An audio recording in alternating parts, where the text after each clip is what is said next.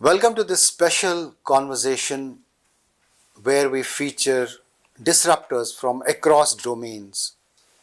We talk about their passions, their journeys, and their uniqueness in their passions that they pursue. And today we have with us a very special guest, Dr. Thakur Sudesh Kumar Roneja. He's a senior scientist at ISRO and director, Department of Holistic Education and VB Institute of Training and Research.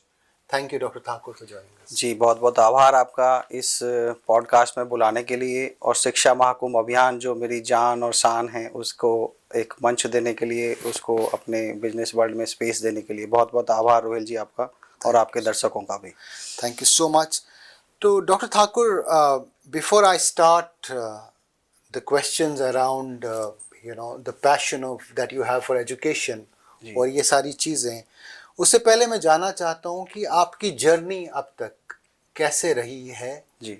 If you can tell us about how did you start and you became what you are today, known for your passion for taking Indian education to global levels. जी.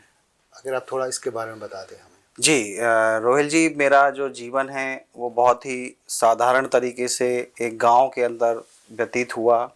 गांव की गलियों में, सड़कें तो मैं नहीं कहूँगा क्योंकि उस गांव में जब मैं रहता था तो सड़कें नहीं थीं, कच्ची गलियां और खेत खलियानों में ही मैं पला बढ़ा हूँ. मेरी अधिकांश जो शिक्षा है वो गांव के सरकारी स्कूल और फिर बाद में फरीदाबाद के सरकारी स्कूलों में ही हुई.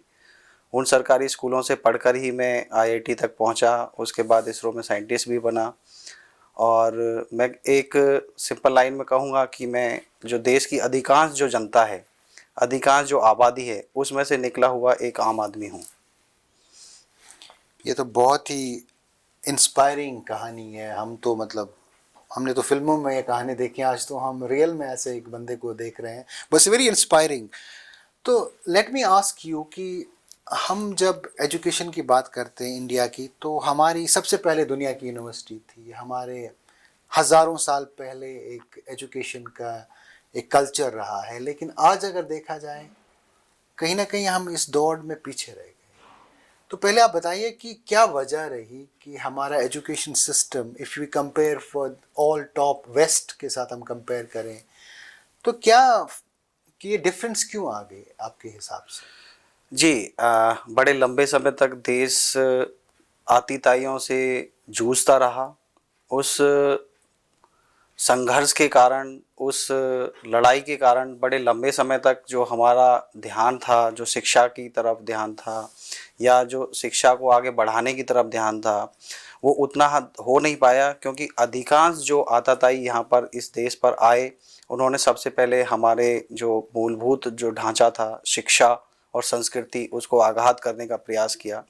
लेकिन आपको ये जानकर बड़ा खुशी होगा कि भारत ही पूरी दुनिया में एक ऐसा देश है जो इतने लंबे संघर्ष के वर्षों को जिसने जिया है और जिसने सिर्फ जिया ही नहीं, बहुत अच्छे तरीके से झेला है, अच्छे तरीके से लड़ाई को लड़ा है और अपनी संस्कृति को बचाए हुए है. आज भी हम अपनी जो प्राचीन संस्कृति है उसको एज इट इज़ बचाए हुए हैं. और बात रही शिक्षा की, तो कुछ अंतराल के लिए हमारी शिक्षा पर आघात हुआ. मैकाले जैसे दुष्ट प्राणियों ने हमारी जो शिक्षा तंत्र था उसको ध्वस्त करने की कोशिश की, प्रयास किया. लेकिन वर्तमान में जो पिछले कई दशकों में जो प्रयास हुए, विशेषकर पिछले दशक में जो प्रयास हो रहे हैं, भारत की जो मूलभूत शिक्षा है उसको जीवांत करने के लिए, उसको जीवांत रूप में नई पीढ़ी को देने के लिए, तो वो बहुत ही प्रशंसनीय हैं. वो प्रशंसा का पात्र हम कह सकते हैं जो भी नीति निर्धारक हैं, जिन्होंने इस नई शिक्षा पद्धति 2020 को भी लेकर आए हैं. तो मुझे लगता है कि ये कुछ कालखंड रहा जिसमें भारत की शिक्षा चरमराई, लड़खड़ाई, लेकिन अब फिर से हम विश्वगुरु भारत बनने की दिशा में बढ़ रहे हैं. भारत फिर से विश्वगुरु, सर्वे भवन्तु सुखिनः सर्वे सन्तु निरामया के मंत्र के साथ विश्वगुरु बनेगा, शिक्षा के क्षेत्र में भी और बाकी अन्य क्षेत्रों में. अगर मैं आपसे ये जानना चाहूँ कि हमारी जो दो बड़ी यूनिवर्सिटीज़ थी, नालंदा, तक्षशिला, उनका ग्लोबल कंट्रीब्यूशन क्या रहा है नॉलेज को डिस्पर्स करने में, नॉलेज को एनरिच करने में आपके हिसाब से? जी, ये बहुत अच्छा प्रश्न आपने पूछा। अतीत में नालंदा, तक्षशिला, विक्रमशिला, उज्जैनी जैसे विश्वविद्यालय इस धरा पर रहे और वो विश्वविद्यालय पूरी दुनिया में एक टॉर्च बीरर की भूमिका में रहे। पूरी दुनिया भर से, विश्व भर से जो ज्ञान चक्षु होते थे, जो विद्यार्थी होते थे जिनको ज्ञान के क्षेत्र में आगे बढ़ना होता था, ऐसे ज्ञान चक्षु इस देश में आते रहे और भारत शिक्षा के क्षेत्र में इन बड़े विश्वविद्यालयों के माध्यम से एक टॉर्च बीयरर की भूमिका में, एक विश्व गुरु की भूमिका में रहा। Thanks for explaining this. एक और सवाल जो मैं जानना चाहूँगा कि अब आप देखते हैं कि मॉडर्न एजुकेशन की जो मेथडोलॉजी है, राइट, और अगर हम इंडियन ट्रेडिशन एजुकेशन की मेथडोलॉजी को कंपेयर करें तो क्या क्या एडवांटेजेस हैं, कौन ज़्यादा भारी है आपके हिसाब से? जी, दोनों की तुलना नहीं की जा सकती क्योंकि दोनों की अपनी विशेषता हैं और अपनी खामियां हैं। अगर मैं बात करूं प्राचीन शिक्षा पद्धति की, तो प्राचीन जो शिक्षा पद्धति थी वो 3H पे काम करती थी, हेड, हार्ट और हैंड। हेड का मतलब है कि हमारा मानसिक विकास, और हार्ट का मतलब है कि हमारा इमोशनल क्यूशेंट, जो आजकल बात चल रही है, जो आजकल EQ काफ़ी पॉपुलर है। राइट। तो हम इमोशनली कितने सेंसिटिव हैं, इमोशनली हम कितने इन्वॉल्व हैं चीज़ों के साथ, तो हमारे इमोशनल लेवल कैसा है। तो वो हार्ट मतलब इमोशंस से जुड़ा हुआ था। हैंड मतलब कि स्किल। भारत एक ऐसा देश रहा है कि जिसमें एक सिंगल व्यक्ति ऐसा नहीं था जिसके पास कोई ना कोई स्किल ना हो। तो भारत की जो प्राचीन शिक्षा पद्धति थी वो 3H पे काम करती थी, लेकिन वर्तमान की शिक्षा पद्धति को अगर आप देखें तो वो 2H पे काम करती है। हेड मेनली तो 1H पे काम करती है। हेड, आजकल हम सभी लोग मानसिक विकास की ओर बढ़ रहे हैं कि ये कंपटीशन है, ये क्वेश्चन पेपर है, ये ओलंपियाड है, तो ये सभी है क्या, ये मानसिक आपका लेवल बढ़ाने के लिए ये सब चीज़ें की जा रही हैं। और कुछ बड़ी यूनिवर्सिटीज़ में, विशेषकर अब पिछले कुछ दिनों में भारत सरकार ने भी स्किल, स्टार्टअप, एंटरप्रेन्योरशिप की जो भावना और जो पढ़ाई और जो नीति लेकर आए हैं, उससे हमारा जो दूसरा एच है, हैंड वाला, वो आगे बढ़ रहा है। और लेकिन जो हार्ट है, वो इमोशंस हैं, वो हमारी जिसको संस्कार बोलते हैं, वो कहीं ना कहीं जो वर्तमान शिक्षा पद्धति है उसमें मिसिंग है। लेकिन जो Vidya Bharati Institute of Training and Research Chandigarh, जिसका मैं निदेशक हूँ, तो ये विद्या भारती अखिल भारतीय शिक्षा संस्थान का एक छोटा सा घटक है। और विद्या भारती शिक्षा संस्थान, अखिल भारतीय शिक्षा संस्थान पिछले कई दशकों से 3H शिक्षा पर ही कार्य कर रहा है। तो ये हमारी प्राचीन शिक्षा पद्धति है। तो अगर इमोशनल भी शिक्षा पद्धति होगी, क्यों ज़रूरी है आज के समय में, आप देखेंगे पूरी दुनिया में क्राइसिस हैं।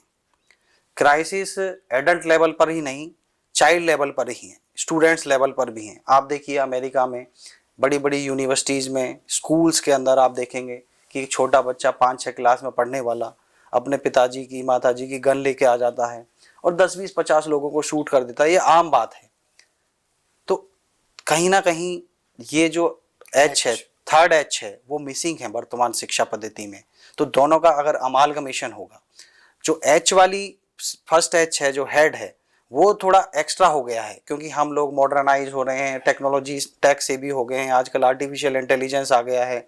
लेकिन कहीं ना कहीं जो सेकंड एच है, हार्ट है, वो मिसिंग है। तो अगर दोनों को, एंशिएंट और मॉडर्न एजुकेशन पद्धति को, शिक्षा पद्धति को अगर हम जोड़ देंगे, तो मुझे लगता है कि दोनों का अमालगमेशन भारत और पूरे विश्व को कल्याण के लिए एक बहुत अच्छा योग होगा और बहुत अच्छा एडिशन होगा।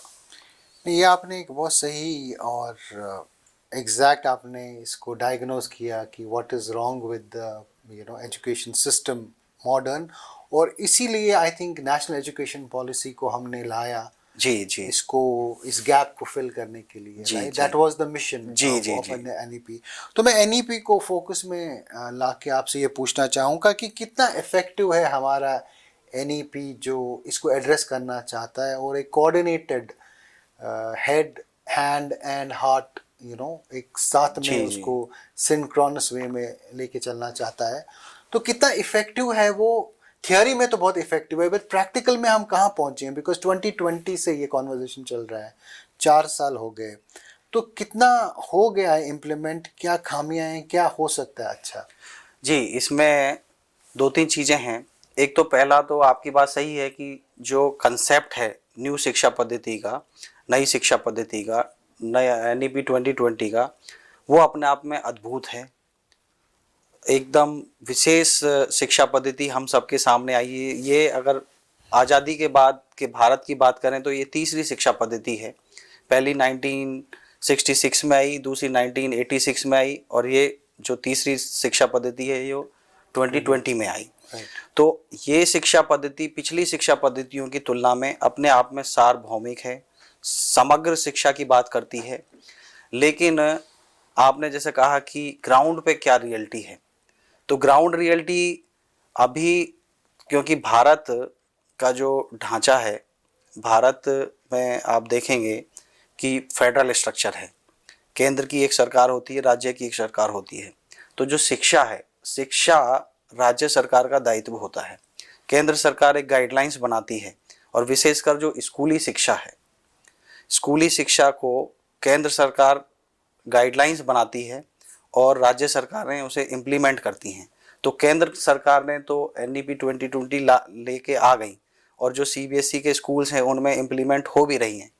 लेकिन जब तक राज्य सरकार आगे बढ़ के नहीं आएंगी और इसको संपूर्ण रूप से ग्राउंड लेवल तक इम्प्लीमेंट नहीं करेंगी, तो इसका जो मूल तत्व है और जिस भावना से, जिस भाव से इस शिक्षा पद्धति को कई लाख, लगभग 6 लाख से ज़्यादा अधिक लोगों के फीडबैक लेकर ये शिक्षा पद्धति बनाई गई है, इतना बड़ा इस शिक्षा पद्धति में समागम लोगों के विचारों का किया गया है, इतना व्यापक स्तर पर फीडबैक लोगों से लेकर इसको बनाया गया है, तो इसका जो मूल भाव है, मूल तत्व है, वो तभी सार्थक होगा जब हम इसे राज्य सरकारों के माध्यम से लास्ट जो पंक्ति का स्कूल है, विद्यालय, वहाँ तक अगर ये इम्प्लीमेंट हो जाएगी, तो मुझे लगता है कि ये भारत की दिशा ही नहीं, दशा भी बदलने में कारगर होगी। राइट। एक और चीज़ जो जिसके लिए इंडिया बहुत फेमस है वो है हमारा डिजिटल इंफ्रास्ट्रक्चर। अगर हम फिनटेक की बात करें तो हम तो ग्लोबल एग्जाम्पल हैं उसमें। अगर हम सॉफ्टवेयर टैलेंट की बात करें या टेक की बात करें, उसमें भी हम, कोई मुझे अभी मिला जो एक सैन फ्रांसिस्को बेस्ड साइंटिस्ट, उन्होंने तो इंडिया में ही शिफ्ट कर लिया इनोवेशन देख के जी। तो क्या टेक्नोलॉजी का क्या रोल है हमारे जो एजुकेशन सिस्टम को और इम्प्रूव करने के लिए आपके हिसाब से, specially AI, deep learning, deep tech, क्या हो सकता है, क्या चीज़ें इससे हो सकती हैं जो हम कर पा सकते हैं इसकी वजह जी, से? बहुत अच्छा क्वेश्चन आपने पूछा। आपने कोविड काल में टेक्नोलॉजी का इम्पैक्ट एजुकेशन पर आपने देखा ही होगा कि स्कूल सभी बंद हो गए थे, कॉलेज सभी बंद हो गए थे, लेकिन उसके बाद भी क्लासेस बंद नहीं हुई थी। उस समय हमारे पास इतना बड़ा डिजिटल इंफ्रास्ट्रक्चर नहीं था, लेकिन over a period of in couple of months बहुत सारी कंपनीज़ ने, भारतीय कंपनीज़ ने और विदेशी कंपनीज़ ने ऐसे मेथड, गूगल मीट्स, वेबएक्स और ये सारे प्लेटफॉर्म्स डेवलप किए और उनके माध्यम से क्लासेस शुरू हुई। तो टेक्नोलॉजी का एक बहुत बड़ा इम्पैक्ट, बहुत बड़ा रोल एजुकेशन को last line of the person तक पहुंचाने में बहुत बड़ा भूमिका है इसका, और इसका प्रभाव हमने कोविड काल में देखा ही है। और आज जो आर्टिफिशियल इंटेलिजेंस जैसे आया है, मशीन लर्निंग है, इंटरनेट ऑफ थिंग हैं, तो ये सारी की सारी चीज़ें एजुकेशन के प्रचार और प्रसार के लिए, अंतिम व्यक्ति तक उसके मूल तत्व को पहुंचाने के लिए उसमें उपयोगी हैं। कई लोग बात करते हैं कि ये शिक्षा को डिसरप्ट कर देंगी। डेफिनेटली शिक्षा को इन्होंने डिसरप्ट किया है, लेकिन इसके दो पक्ष होते हैं, एक पॉजिटिव और एक नेगेटिव। अगर पॉजिटिव पक्ष की बात करें तो जो टेक्नोलॉजी आई है उसने शिक्षा को एड ही किया है, क्योंकि गांव में अब आप मान लो कि आप जर्नलिज्म की पढ़ाई करके आप जर्नलिज्म पढ़ाना चाहते हैं, तो आप दिल्ली में रह के कितने बच्चों को पढ़ा सकते हैं, 100, 200, 500 को। लेकिन अगर टेक्नोलॉजी के माध्यम से आप पूरे देश भर में क्लासेस लगा सकते हैं, तो ये टेक्नोलॉजी की पावर है कि एक रुहेल अमीन पूरे देश के लाखों करोड़ों बच्चों को पढ़ा सकता है। खान सर हैं, उन्होंने करोड़ों लोगों तक शिक्षा को इतना सुगम बनाया है, इतना सरल बनाया है, वो सिर्फ टेक्नोलॉजी के माध्यम से ही बनाया है। क्योंकि टेक्नोलॉजी से पहले वो पटना में पढ़ाते थे तो कुछ हजार तक पहुंचते थे, लेकिन अब टेक्नोलॉजी के माध्यम से वो करोड़ों तक पहुंच पाते हैं। तो टेक्नोलॉजी की पावर असीम है। राइट। ऐसी कौन सी आपको लगता है एक क्वालिटी है हमारे एजुकेशन सिस्टम में जो ग्लोबल एजुकेशन सिस्टम अडेप्ट कर सकते हैं? ऐसे for example of course yoga और मेडिटेशन जहाँ मैं बोलूँ वो तो एक किसी लेवल तक तो ऑलरेडी ग्लोबलाइज हो गया है जी। ऐसी क्या क्वालिटीज़ हैं हमारे सिस्टम में, ऐसे क्या हाइलाइट्स हैं जो ग्लोबल एजुकेशन सिस्टम हमसे सीख सकता है? ऐसा एक नहीं है, कई हैं। एक दो अब मैं आपको गिनाऊंगा। गुरु शिष्य परंपरा एक ऐसी परंपरा है कि वो सिर्फ भारत में ही पाई जाती है। बाकी किसी भी देश में, और विशेषकर भारत के भी जो मॉडर्न एजुकेशन सिस्टम में आप देखें, और विशेषकर आजकल आप देखें, तो स्टूडेंट टीचर्स का रिस्पेक्ट नहीं करते। उनको ऐसे लगता है कि हम पैसे दे रहे हैं, वो एक एज ए प्रोफेशनल हमको पढ़ा रहे हैं। तो वो जो भाव गुरु शिष्य परंपरा का है वो भारतीय शिक्षा में ही पाया जाता है। वो भारतीय शिक्षा का मूल तत्व है, भारतीय शिक्षा की वो जान है। उसी के दम पे भारत की शिक्षा एक अपने आप में अद्भुत है, अटूट है। दूसरा, जो फैमिली स्ट्रक्चर है, जो हमारे परिवार का जो एक कंसेप्ट है हमारे भारत में और हमारी शिक्षा में, वो सिर्फ भारत में ही पाया जाता है। और आप देखेंगे कि पूरी दुनिया में एक फ्री फ्लो वाला सिस्टम है जब फैमिली की बात की जाती है। लेकिन अब वो इस सिस्टम से इतने ज़्यादा परेशान हो गए हैं, इतने ज़्यादा स्ट्रेस्ड आउट हो गए हैं कि अब वो भारत की तरफ परंपराओं के तहत, भारत के पारिवारिक परंपराओं के तहत परिवार बसा रहे हैं। क्योंकि भारत के ऋषि मुनियों ने कोई 100, 200, 500 साल नहीं, लाखों वर्ष के अनुभवों के बाद, लाखों वर्ष के प्रयोगों के बाद इस तरह की फैमिली, परिवार की परंपरा को आगे बढ़ाया और समाज एक सही दिशा में जाए, तो उसके लिए उन्होंने ये पारिवारिक परंपरा शुरू की।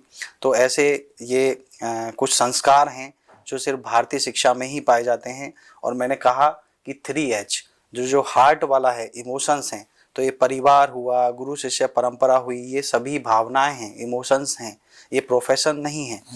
एक और जो इम्पोर्टेंट चीज़ मैं आपसे पूछना चाहता हूँ कि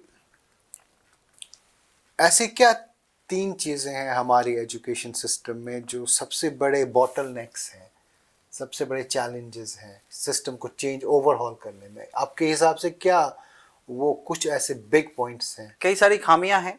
पहला तो इंफ्रास्ट्रक्चर की बात मैं करता हूँ। भारत में 15.5 लाख स्कूल हैं, 1176 यूनिवर्सिटी हैं, 67,000 कॉलेजेस हैं, 167 IIT, IIMs, NIT जैसे नेशनल इम्पोर्टेंस के संस्थान हैं। आंकड़ों में आप देखेंगे तो ये बड़ी संख्या है, लेकिन भारत की जो पॉपुलेशन है 140 करोड़, उसके अनुपात में ये जो संस्थान है, ये जो स्कूल है, बहुत कम हैं। आज भी ऐसे कई गांव हैं, क्योंकि मैं गांव से हूँ, कई सारे ऐसे गांव हैं जिनमें 12वीं तक का स्कूल नहीं है। गांव के बच्चों को 10 किलोमीटर, 15 किलोमीटर नहीं, 20-20, 30-30 किलोमीटर जाना पड़ता है। तो अगर इस तरह का इंफ्रास्ट्रक्चर भारत में होगा तो ये एक अपने आप में बहुत बड़ी हर्डल है। दूसरा, जो शिक्षा है, भारत की शिक्षा हमेशा से समाज आधारित रही, और आज की जो शिक्षा है वो पूरी प्रोफेशनल होती जा रही है, पूरा प्राइवेटाइजेशन उसका होता जा रहा है। तो ये कहीं ना कहीं सस्टेनेबिलिटी के लिए एक अच्छा संकेत नहीं है। आप देखेंगे अतीत में जितने भी विश्वविद्यालय चलते थे, तक्षशिला, नालंदा, विक्रमशिला, इनमें बहुत विशेष फीस नहीं होती थी। राजा महाराजाओं की ग्रांट, समाज के द्वारा दी गई ग्रांट, उसके आधार पर ये शिक्षा तंत्र चलता था, और तभी शिक्षा सुगम थी और सरल थी और सभी के लिए उपलब्ध थी। आज शिक्षा का जो मॉडर्नाइजेशन हो रहा है, तो उस मॉडर्नाइजेशन में अधिकांश हम इंफ्रास्ट्रक्चर की बात करते हैं। मैं जो इंफ्रास्ट्रक्चर की बात कर रहा हूँ वो नंबर ऑफ इंस्टीट्यूशन बढ़ाने की बात कर रहा हूँ। लेकिन जो मॉडर्न एजुकेशन में इंफ्रास्ट्रक्चर है कि कितनी अच्छी बिल्डिंग है, AC उसमें लगे हैं, बसेस जो हैं वो इस AC के साथ हैं या नहीं हैं, वो इंफ्रास्ट्रक्चर चाहिए, लेकिन वो बहुत ज़्यादा ज़रूरी नहीं है। लेकिन उससे ज़्यादा ज़रूरी है कि नंबर ऑफ़ इंस्टीट्यूशंस बहुत ज़्यादा होने चाहिए। आप देखिए हमारे देश में 23 आईआईटीज़ हैं। आईआईटीज़ जर्मनी जो है, जर्मनी में टेक्निकल यूनिवर्सिटीज़ का कंसेप्ट है। वहाँ पे कितनी कुछ करोड़ पॉपुलेशन है, लेकिन वहाँ पे दर्जनों टेक्निकल यूनिवर्सिटीज़ हैं। हमारे देश में 23 आईआईटीज़ हैं, 140 करोड़ की पॉपुलेशन है, तो कम से कम 1 करोड़ पे एक आईआईटी तो हो। तो उसके अनुपात में अभी कम से कम 140 आईआईटीज़ भारत को बनाने की ज़रूरत है। इसी तरह से एम्स हैं, आईआईएम्स हैं, एनआईटीज़ हैं। तो इंफ्रास्ट्रक्चर एक बहुत बड़ा खामी है जो राइट, हमारे शिक्षा तंत्र की है। राइट। एक और चीज़ हमने देखी है कि कहीं ना कहीं एक साइड में अगर आप प्राइवेट एजुकेशन को देखते हैं, वो बहुत ही इवॉल्व्ड है, infrastructure wise, education, curriculum, all of that. और कहीं आप देखते हैं कि जो पब्लिक इंफ्रास्ट्रक्चर और पब्लिक एजुकेशन है, इस लैकिंग। तो इस इन दोनों को हम कैसे क्लोज करके, how can they work in a synchronised way according to जी, ये एक बहुत बड़ी कंस्पिरेसी है भारत के लोगों के साथ। आप देखेंगे कि शुरुआत जो प्राइवेट स्कूल्स की हुई, उस समय जो सरकारों में जो व्यक्ति बैठे हुए थे, उन लोगों ने प्राइवेट स्कूल्स की शुरुआत की। वो प्राइवेट बिल्स लेके आए और आज ये इतना बड़ा व्यापक, ये इतनी बड़ी इंडस्ट्री हो गई है कि इसको काउंटर करना अपने आप में एक बहुत बड़ा चैलेंज है, और काउंटर करना मुझे लगता है कि इम्पॉसिबल है। तो आपने जैसा कहा कि सामंजस्य बिठा के ही काम करने की ज़रूरत है। तो कहीं ना कहीं क्या हो रहा है कि जो प्राइवेट स्कूल्स हैं उनमें पैसे पे फोकस दिया जा रहा है, पैसा अर्निंग, मतलब कि वहाँ पे बैलेंस शीट्स बनती हैं बाकायदा, और कितना रेवेन्यू आ रहा है, कितना प्रॉफिट हो रहा है, प्रॉफिट लॉस वहाँ पे हो रहा है। और जब शिक्षा में प्रॉफिट लॉस की बात होती है तो चरित्र भी फिर प्रॉफिट लॉस वाला होता है। और फिर जो बच्चे पढ़ के बाहर निकलते हैं उनके द्वारा देश में जब बॉर्डर्स पे वो जब जाते हैं तो वहाँ पे भी प्रॉफिट लॉस बैलेंस शीट बनती हैं। तो करप्शन की जो मूल जड़ है वो यही है। तो मुझे लगता है कि भारत सरकार को कहीं ना कहीं जो ये गैप है प्राइवेट स्कूल और सरकारी स्कूल की शिक्षा में, मुझे नहीं लगता कि इंफ्रास्ट्रक्चर से शिक्षा बहुत अच्छी होती है। आप देखेंगे, आपको अचरज होगा कि सरकारी स्कूलों के जो शिक्षक हैं, टीचर्स हैं, वो इतने क्वालिफाइड होते हैं, वो नेशनल लेवल के एंट्रेंस दे के वो वहाँ पे टीचर बनते हैं। और आप किसी बड़े से बड़े प्राइवेट स्कूल के अंदर जाके देखिए, वहाँ की आप फैकल्टी का क्वालिफिकेशन लेवल देखिए और सरकारी स्कूल के फैकल्टी का क्वालिफिकेशन लेके देखिए, दोनों में ज़मीन आसमान का अंतर होता है। लेकिन उसके बावजूद भी क्रेज प्राइवेट स्कूल्स का है। क्यों? क्योंकि ये एक तो समाज का माइंडसेट ऐसा बन गया है, दूसरा हमारी जो पॉलिसी मेकिंग है वो उस तरह के लोगों के हाथ में है जिनके बहुत बड़े बड़े इंस्टीट्यूशंस हैं। तो कहीं ना कहीं इस समस्या को ये विकट ना हो जाए, विकराल रूप ना ले ले, उससे पहले हमें इसका समाधान ढूंढने के लिए प्रयास करना चाहिए। मैं आपको एक छोटा सा केस स्टडी बताता हूँ कि देश के अंदर कोचिंग माफिया आप देखते हैं कि कितना व्यापक हो गया है। जैसे प्राइवेट स्कूल्स का चलन है, उसी तरह से कोचिंग माफिया का भी चलन है। कोचिंग माफिया को काउंटर करने के लिए हमने पंजाब के अंदर एक पंजाब सुपर 100 करके एक प्रोजेक्ट शुरू किया, एक पायलट प्रोजेक्ट शुरू किया। उसका कंसेप्ट क्या है? पहले तो हमने वो आप जैसे प्रोफेशनल्स के साथ मिलके जो अपने प्रोफेशन के सर्विस आवर्स के बाद शाम को ऑनलाइन बच्चों को पढ़ाते थे, उनको कोचिंग देते थे फ्री ऑफ कॉस्ट। तो वो हमने शुरू किया, लेकिन वो 2-3 साल चलाया, लेकिन वो अच्छे से चल नहीं पाया। कारण ये था कि जो प्रोफेशनल्स होते हैं बहुत व्यस्त रहते हैं, और कहीं ना कहीं क्या होता है कि वो टाइम से क्लासेस नहीं ले पाते, तो क्लासेस डिसरप्ट होती थी। फिर हमने आईआईटीज़ को संपर्क किया कि आईआईटीज़ में जो फर्स्ट ईयर के बच्चे होते हैं वो पूरे नेशनल लेवल के टेस्ट पास करके आते हैं, तो उनके लिए अगर एक कम्युनिटी एंगेजमेंट करके एक कोर्स डेवलप कर दिया जाए, तो वो कोर्स कंपलसरी कर दिया जाए, और उस कोर्स के अंदर उन बच्चों को सिर्फ शाम को 6 से 8 क्लासेस पढ़ानी है, ऑनलाइन क्लासेस में स्कूल के बच्चों को पढ़ाना है। तो ये हमने कंसेप्ट आईआईटी रोपड़ को दिया, और ये आगे बढ़ रहा है क्योंकि इसका पूरा खाका हम लोगों ने तैयार किया है। तो मुझे लगता है कि कहीं ना कहीं ये कोचिंग माफिया को काउंटर करने के लिए एक पहल होगी। इसी तरह से ही हम जो प्राइवेट स्कूल्स हैं उनको काउंटर करने के लिए नीतियां बना सकते हैं, उसको काउंटर करने के लिए पॉलिसीज़ का निर्माण कर सकते हैं। राइट। एक और चीज़ जो हम देख रहे हैं कि इंडियन स्टूडेंट्स अब्रॉड जा रहे हैं पढ़ने के लिए, और इतना सारा इकोनॉमी, अगर आप देखें, हम अभी जब वो कनाडा का एपिसोड हुआ तो न्यूज़ में आया कि कितना स्पेंड करते हैं स्टूडेंट्स आउट जाने में, बाहर जाने में। तो आपके हिसाब से अगर हम इकोनॉमिक्स देखें एजुकेशन की, जो हम अगर हम राइट पॉलिसीज़ रखें, राइट अप्रोच रखें, तो how big is the economy in that sense कि एजुकेशन के हिसाब से how much contribution can India make to itself, I would say, you know. देखो, अगर इकोनॉमी की बात करें तो कई मिलियन डॉलर का भारत सरकार का लॉस होता है। जब कोई भी बच्चा विदेश जाता है तो डॉलर्स में उसकी फीस का पेमेंट करना होता है, तो कई मिलियन डॉलर जो पैसा है वो विदेशों में चला जाता है। लेकिन मेरा एक और मत है कि भारत को अगर विश्व गुरु बनना है और भारत को संपूर्ण विश्व में सर्वे भवन्तु सुखिनः और सर्वे सन्तु निरामया का जो मूल मंत्र है वो फैलाना है, तो मैं इसके फेवर में हूँ कि भारत के अधिक से अधिक छात्र दूसरे देशों में पढ़ने के लिए जाएं और वो वहाँ सेटल हों।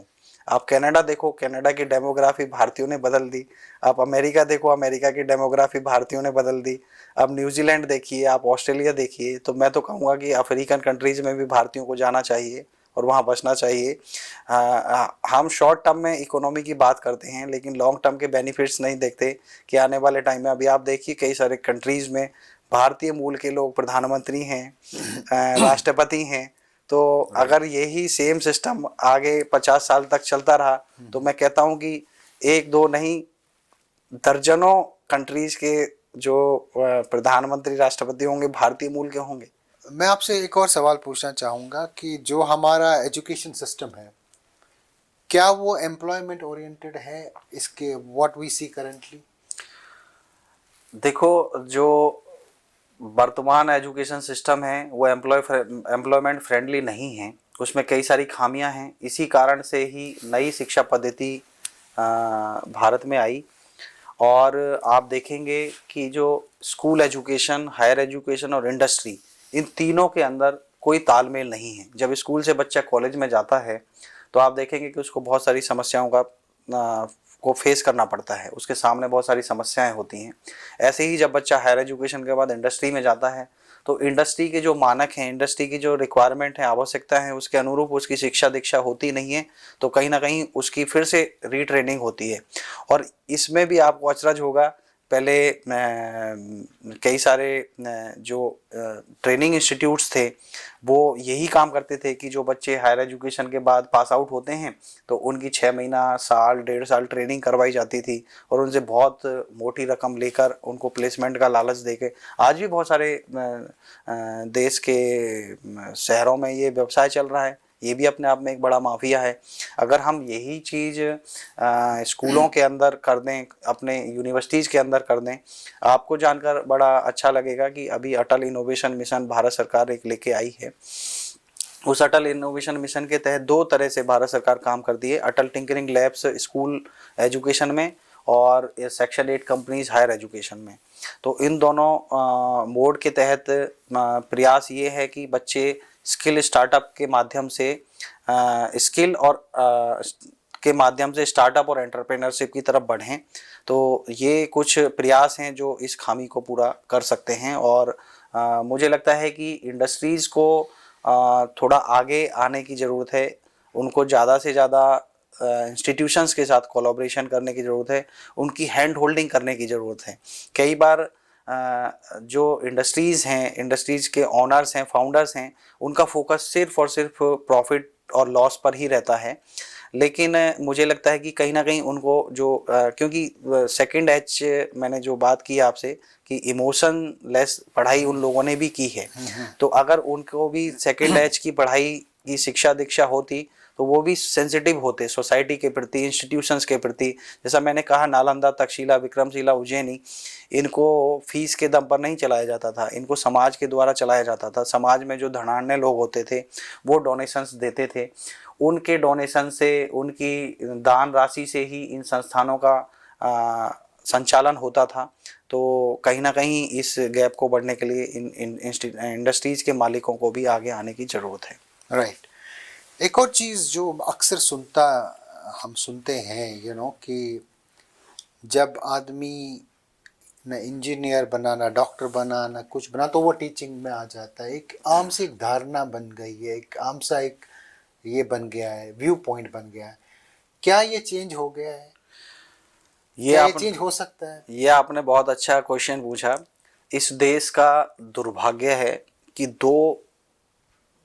इस देश के निर्माण में, इस देश की भविष्य के निर्माण में अहम भूमिका निभाने वाले जो व्यवसाय वर्तमान परिस्थितियों के हिसाब से, बाकी मैं तो सेवाएं कहूँगा, एक शिक्षक और दूसरा किसान।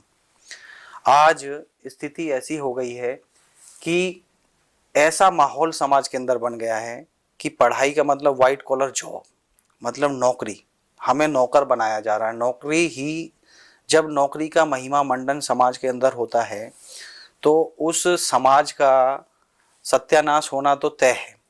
नौकरी तो हमारे समाज में सबसे निम्न श्रेणी का कार्य होता था, लेकिन आज नौकरी सबसे नंबर वन का जो उसको दर्जा मिल गया है। तो अब जब नौकरी जिनकी नहीं लगती है तो वो करते क्या हैं, वो ग्रेजुएशन के बाद जब नौकरी नहीं लगती है तो वो हायर एजुकेशन मतलब कि पोस्ट ग्रेजुएशन करते हैं। पोस्ट ग्रेजुएशन के बाद भी नौकरी नहीं लगती है तो वो पीएचडी करते हैं। पीएचडी करने के बाद भी जब नौकरी नहीं लगती है तो वो शिक्षक बन जाते हैं, और शिक्षक बनते हैं वो मजबूरी में। और जब मजबूर शिक्षक होगा तो आप सोचिए कि शिक्षा का क्या स्तर होगा। तो कहीं ना कहीं शिक्षक भारत का और पूरे विश्व में किसी भी देश का शिक्षक मजबूरी में ना बना होना चाहिए। शिक्षक हमेशा एक अपने इंटरेस्ट से, अपनी इच्छा से बनना चाहिए, क्योंकि शिक्षक ही एक ऐसा सेवा है जो किसी भी देश की दिशा और दशा बदल सकता है। चाणक्य ने इस भारत को अखंड भारत बना दिया था, वो एक शिक्षक था। तो शिक्षक में इतना दम होता है कि वो किसी भी देश की धारा को किसी भी दिशा में मोड़ सकता है। दूसरा, मैंने कहा कि किसान, आज जब कोई शिक्षक भी नहीं बनता है तो मजबूरी में उसके पास जो ज़मीन होती है तो उसमें वो खेती बाड़ी करने लगता है। जब वो मजबूरी में किसान बनता है तो किसानी की दशा आपने देखी है कि भारत के किसान आत्महत्याएं कर रहे हैं, क्योंकि किसान कोई स्वेच्छा से नहीं बन रहा है, क्योंकि उसको निम्न श्रेणी का, आप देखिए भारत सरकार के जो कैलेंडर होते थे और उसमें जो बच्चों को भी किसान, जब हम पढ़ते थे तो किसान जब हमको बताया जाता था कि ये किसान है तो उसके कपड़े फटे हुए हैं, उसके ऊपर एक फटी पगड़ी लगी हुई है, कुर्ता फटा हुआ है, दीनहीन हालत में बैठा है, तो उसको बताया जाता था कि ये किसान है। जब इस तरह से तस्वीर बच्चों के सामने रखी जाएगी तो कौन किसान बनना चाहेगा। इंजीनियर को सूट बूट में पहन के दिखाया जाता है, डॉक्टर को सूट बूट में दिखाया जाता है, एक आईटी प्रोफेशनल को सूट बूट में दिखाया जाता है। तो हर किसी की इच्छा होती है कि मैं डॉक्टर, साइंटिस्ट, इंजीनियर बनूं। तो इसी तरह से किसानों को क्यों नहीं दिखाया जाता। मैंने तो किसान देखे, मैं खुद भी किसान परिवार से हूँ। किसानों के पास अच्छा खासा इनकम होता है अगर किसानी को अच्छे से किया जाए। तो हरियाणा के किसान देखो आप, पंजाब के किसान देखो, मर्सिडीज चलाते हैं, थार चलाते हैं, रेंज रोवर गाड़ियां चलाते हैं। तो किसानी ऐसी क्यों नहीं दिखाई जाती। अगर ऐसे किसान दिखाए जाएंगे तो बच्चे का मन करेगा किसान। शिक्षक बड़े दीनहीन दिखाए जाते हैं, क्यों दिखाए जाते हैं, बहुत कम सैलरी मिलती है। कई स्टेट्स के अंदर से सैलरीज भी नहीं मिलती हैं शिक्षकों की। कई सारे शिक्षक ऐसे होते हैं जिनकी कंपनीज होती हैं। आप आईआईटीज में जाइए, वहाँ के जो प्रोफेसर हैं मर्सिडीज में चलते हैं, क्योंकि उनकी कंपनीज हैं, वो पैसा अर्न करते हैं, स्टार्टअप है, एंटरप्रेन्योरशिप है उनकी। कई सारे जगह वो एडवाइजर होते हैं। तो शिक्षक ऐसे क्यों नहीं दिखाए जाते। जब ऐसे शिक्षक दिखाए जाएंगे, ऐसे किसान दिखाए जाएंगे, तो मुझे लगता है कि लोग स्वेच्छा से, अच्छे जो टैलेंटेड लोग हैं वो इस फील्ड में आएंगे, और इस फील्ड में ज़्यादा इनोवेशन होगा, ज़्यादा क्रिएशन होगा। और जब इनोवेशन और क्रिएशन होगा तो इकोनॉमी भी बढ़ेगी देश की, और देश की जो समृद्धि है वो भी बढ़ेगी। There is another interesting part. अगर हम देखें, हमारी एजुकेशन सिस्टम में चैलेंजेस बहुत सारे हैं, लेकिन इसी एजुकेशन सिस्टम से सुंदर पिचाई और सत्य नडेला पे निकले हैं। तो अगर एक फॉल्टी सिस्टम जो कंप्लीट नहीं है, उससे ऐसे बड़े लोग निकल सकते हैं एक इकोसिस्टम से, तो अगर हम इसको इम्प्रूव करें तो हम तो फिर छा जाएंगे। मतलब व्हाट डू यू थिंक? नहीं, बात आपकी सही है कि इस आईआईटी सिस्टम से, इस एजुकेशन सिस्टम से ऐसे बड़े नाम भी निकले हैं, लेकिन आपने श्रीधर बैम्बू को मिस कर दिया। श्रीधर बैम्बू भी एक ऐसा व्यक्ति है जो इसी सिस्टम से निकला है। जिस आईआईटी से श्रीधर बैम्बू पढ़े हैं उन्हीं आईआईटी सिस्टम से सत्या नडेला और सुंदर पिचाई पढ़े हैं। लेकिन श्रीधर बैम्बू आज तमिलनाडु के आप गाँव में जाइए, कई सौ गाँव के बच्चों के का भविष्य उसने निर्माण कर दिया। तो कहीं ना कहीं ये एजुकेशन सिस्टम का मैं पूरा फॉल्ट नहीं कहूँगा, ये समाज में जो एक भावना है कि भाई विदेशों में जाना है। हमारी आईआईटीज से पहले मैक्सिमम जो बच्चे होते थे वो बाहर चले जाते थे, बाहर अच्छी अपॉर्चुनिटीज़ मिलती थी और वो मैंने कहा ना सूट बूट वाला सिस्टम उनको आकर्षित करता था। यहाँ पे उनको किसान दीनहीन दिखाया जाता था, शिक्षक दीनहीन दिखाया जाता था और जो फैक्ट्रीज़ हैं उनको कम्युनिस्ट सिस्टम ने ऐसा बना दिया कि स्ट्राइक हो रही है, मजदूर धरने पे बैठे हैं। इस तरह का जब आप समाज के अंदर प्रचार प्रसार करोगे तो जो पढ़ा लिखा व्यक्ति है वो ईज ऑफ लाइफ के लिए बाहर का रास्ता देखता है और जब बाहर वो जाता है, भारत में टैलेंट की कमी है नहीं, जब उसको एक पिच मिलती है, एक कैनवास मिलता है और उसको अनलिमिटेड स्क्वायर मीटर का कैनवास है और unlimited number of KG of paint है, तो वो इतने अच्छी पिक्चर्स बना पाएगा तो सुंदर पिचाई और सत्या नडेला के रूप में, इंदिरा नूई के रूप में वो कर पाएगा और आगे बढ़ पाएगा। लेकिन इस इंफ्रास्ट्रक्चर को मैंने कहा ना कि 140 करोड़ की पॉपुलेशन है और आईआईटी 23 है, तो इसको 140 अगर हम करेंगे तो एक सुंदर पिचाई नहीं फिर सैकड़ों की संख्या में सुंदर पिचाई निकलेंगे। तो इसको कहीं ना कहीं आगे बढ़ाने की ज़रूरत है, इसको बड़ा करने की ज़रूरत है। एक और चीज़ जो हमने आज देखी यहाँ कुरुक्षेत्र यूनिवर्सिटी में, हम for our viewers we're at the Kurukshetra University where a big shiksha Mahakumbh is happening and doctor Thakur is the man behind that thought. तो इस महाकुंभ का क्या मैसेज है, what are you trying to achieve? देखो, हमने अधिकांश जो चर्चा है वो शिक्षा के ऊपर ही की और शिक्षा जीवन का मूलभूत एक स्वरूप है। बिना शिक्षा के हम जीवन को सरल, सुगम और संपन्न नहीं कर सकते। तो शिक्षा की जब बात की जाती है तो पूरी दुनिया में 800 करोड़ की जनसंख्या है और इस 800 करोड़ की जनसंख्या को दिशा और दशा इसकी सुधारने के लिए कोई ऐसा वैश्विक मंच नहीं है जहाँ पे सभी शिक्षाविद एक साथ आके शिक्षा के ऊपर चिंतन मंथन कर सकें। लेकिन खेलकूद, स्पोर्ट्स के लिए एक मंच है। आप सभी जानते हैं कि खेलकूद के लिए ओलंपिक नामक एक मंच है जिसमें पूरे विश्व भर के खिलाड़ी और अलग अलग खेलों के खिलाड़ी आकर भाग लेते हैं और अपनी जो टैलेंट है उसका प्रदर्शन करते हैं। तो शिक्षा का एक छोटा सा पार्ट है स्पोर्ट्स और उसके लिए एक वैश्विक मंच है पूरी दुनिया में। लेकिन शिक्षा जो समाज की दिशा और दशा बदलने का दमखम रखता है उसके लिए पूरी दुनिया में कोई ग्लोबल प्लेटफॉर्म नहीं है, एक बहुत बड़ा वैक्यूम है। लेकिन हमेशा से ऐसा नहीं था। अतीत में जैसा आपने कहा नालंदा, तक्षशिला, विक्रमशिला, उज्जैनी जब वो हुआ करते थे भारत में, तो भारत में इस तरह की कुंभों की परंपरा थी जिसमें शिक्षा के ऊपर भी कुंभ होते थे। और आप देख रहे हैं अगले महीने प्रयागराज में कुंभ लगने वाला है। ये कुंभ सिर्फ गंगा स्नान तक सीमित नहीं थे।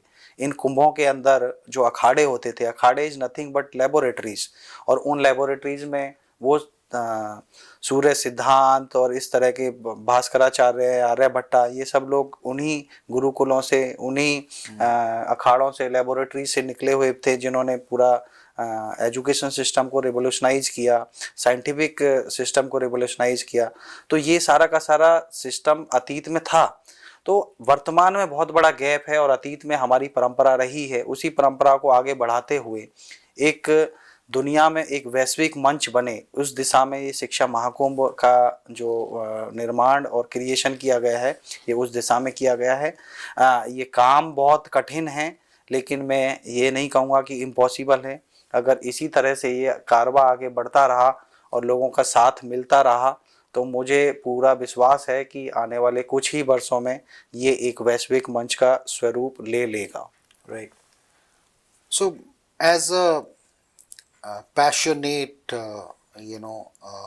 person who wants to take Indian education and bring it the glory back, तो आपका what do we see, any new initiatives lined up that you are working on to make it happen? जी बिल्कुल। जो पहला शिक्षा महाकुंभ था, उस शिक्षा महाकुंभ में क्योंकि वो पहला था तो एक रैंडम थॉट था। बहुत सारे लोग इकट्ठे हुए, उन्होंने चिंतन मंथन किया और चिंतन मंथन के बाद कई सारे निष्कर्ष निकले कि हमें इसको हर साल करना चाहिए और हर साल इसको और अच्छे तरीके से करना चाहिए। तो ऐसा कंक्लूजन पहले वाले शिक्षा महाकुंभ का निकला। उसके आधार पर हमने दूसरा शिक्षा महाकुंभ प्लान किया, जिसके लिए हम बैठे हैं, जिसका आज पहला दिन है और कल दूसरा दिन है। तो इस शिक्षा महाकुंभ को हमने, जब पूरे शिक्षा तंत्र को हमने 16 सेक्शंस में डिवाइड किया है और हर सेक्शन को हमने एक मिनी कॉन्फ्रेंस के रूप में लेकर चल रहे हैं। तो ये एक कॉन्फ्रेंस नहीं है, ये एक बहुत बड़ा आयोजन है जिसके अंदर हर डायमेंशन, शिक्षा का कोई भी डायमेंशन हो, you name anything that will be part of शिक्षा महाकुंभ। इस तरह का स्वरूप हमने इसका प्लान किया है, इसकी योजना बनाई है, उसी को हम क्रियान्वित कर रहे हैं। इसके साथ ही जो कुछ विशिष्ट प्रोफेशंस होते हैं, विशिष्ट फील्ड्स होते हैं, जैसे वीसी डायरेक्टर्स हैं जो सभी इंस्टीट्यूशंस को एक दिशा देते हैं, उनकी एक कॉन्क्लेव आज संपन्न हुई है। इसी तरह से प्रिंसिपल्स जो स्कूल एजुकेशन को एक डायरेक्शन देते हैं, उनकी एक कॉन्क्लेव आज संपन्न हुई है। स्टूडेंट लीडरशिप कॉन्क्लेव, जो स्टूडेंट्स आगे चल के देश का एक भविष्य है, देश को एक दिशा देने वाले हैं, उनके एक स्टूडेंट्स लीडरशिप कॉन्क्लेव हुई है। इसी तरह से जो एंटरप्रेनर्स और ब्यूरोक्रेट्स हैं, ब्यूरोक्रेट्स जो पॉलिसी मेकर्स होते हैं और एंटरप्रेनर्स जो देश की इकोनॉमी को आगे बढ़ाते हैं, तो इस तरह के प्रोफेशनल्स की भी एक कॉन्क्लेव हुई है। और इसी तरह की कॉन्क्लेव्स कल लाइन अप हैं। कल साइंटिस्ट की कॉन्क्लेव, जो रिसर्च का एक मूल प्रोफेशन है, उसके ऊपर कॉन्क्लेव होने वाली है। ऐसे ही मीडिया, आप ये पॉडकास्ट कर रहे हैं तो इसका बहुत बड़ा रोल होता है कि शिक्षा महाकुंभ अभियान को भी जन जन तक पहुंचाने के लिए मीडिया का बहुत बड़ा रोल है। तो ऐसे मीडिया के जो प्रोफेशनल्स हैं, उनकी भी एक कॉन्क्लेव है कि मीडिया के माध्यम से कैसे सकारात्मकता का भाव हम समाज के अंदर ला सकते हैं। तो उसके ऊपर कल एक मीडिया कॉन्क्लेव है। और आजकल आपने कहा कि एड टेक, टेक्नोलॉजी कैसे एजुकेशन में बढ़ती जा रही है, तो टेक्नोलॉजी सिर्फ एजुकेशन ही नहीं, सोशल मीडिया में भी टेक्नोलॉजी का बहुत बड़ा रोल है। तो ऐसे सोशल मीडिया इन्फ्लुएंसर्स की भी एक कॉन्क्लेव कल लाइंड अप है। तो इस तरह की कुछ योजनाएं हैं जो इस बार क्रियान्वित हो रही हैं। इसी तरह से ही अगले साल जेएनयू के अंदर ये शिक्षा महाकुंभ होने वाला है। तो वहाँ पे हमने योजना की है कि जितनी भी बड़ी कंपनीज़ हैं, उनके जो सीएसआर हेड्स हैं, उनकी एक कॉन्क्लेव की जाए, एम्बेसडर्स जो हैं उनकी कॉन्क्लेव की जाए। तो इस तरह से जो अलग अलग क्षेत्र के जैसे एजुकेशन मिनिस्टर्स हैं, उनको भी एक प्लेटफॉर्म पे बिठाया जाए, क्योंकि मैंने कहा कि इंडिया का जो स्ट्रक्चर है वो फेडरल स्ट्रक्चर है। जो लॉ एंड ऑर्डर है, एजुकेशन है, रेवेन्यू है, वो सारा स्टेट सब्जेक्ट होता है। तो जैसे जीएसटी काउंसिल बनी है, ऐसे ही पूरे देश में वन नेशन वन एजुकेशन का एक काउंसिल बने, एक एजुकेशन काउंसिल बने जो पूरे देश में एक समान शिक्षा लेकर आए। अगर देश के अंदर एक समान शिक्षा होगी तो देश के अंदर इंटीग्रेटिव जो फीलिंग है, इंटीग्रेशन की जो फीलिंग है, वो ऑटोमेटिकली बच्चों के अंदर आएगी। आज असम के बच्चों को असम के बारे में पढ़ाया जाता है, पंजाब के बच्चों को पंजाब के बारे में पढ़ाया जाता है, केरला के बच्चों को केरला के बारे में पढ़ाया जाता है। लेकिन ऐसे कौन से बच्चे हैं जिनको भारत के बारे में पढ़ाया जाता है? अगर भारत की शिक्षा वन नेशन वन एजुकेशन के तहत होगी तो सभी बच्चे, जो मैंने कहा कि 26.5 करोड़ बच्चे स्कूली शिक्षा में पढ़ते हैं, वो सभी बच्चे भारत के बारे में पढ़ेंगे। वो केरला के बारे में, पंजाब के बारे में, हिमाचल के बारे में नहीं पढ़ेंगे, वो भारत के बारे में पढ़ेंगे। जब वो भारत के बारे में पढ़ेंगे तो वो इंटीग्रेशन की भावना, एकता की भावना, अनेकता में एकता की हम बात करते हैं, लेकिन तब आपको अनेकता में एकता की बात नहीं करनी पड़ेगी, क्योंकि सब एक स्वरूप की शिक्षा होगी, एकता ऑटोमेटिकली आएगी। इस तरह के जो नारे हैं वो आपको देने की जरूरत नहीं पड़ेगी। इंटीग्रेशन की भावना ऑटोमेटिकली, यूनिफिकेशन की भावना ऑटोमेटिकली जब आएगी, तो उस ध्येय को लेकर भी शिक्षा महाकुंभ चल रहा है। थैंक यू डॉक्टर ठाकुर, आपने बहुत ही विस्तार से इस मुद्दे पे बात की। और ये एक मुद्दा ऐसा है कि जिस पे जितनी भी चर्चा की जाए कम है, और हम चाहेंगे कि और भी आपसे इस पर चर्चा करते रहें। Thank you so much for joining us on this conversation. जी बहुत बहुत आभार रोहिल जी आपका, आपने मुझे अपने पॉडकास्ट में मौका दिया। जय हिंद, जय भारत।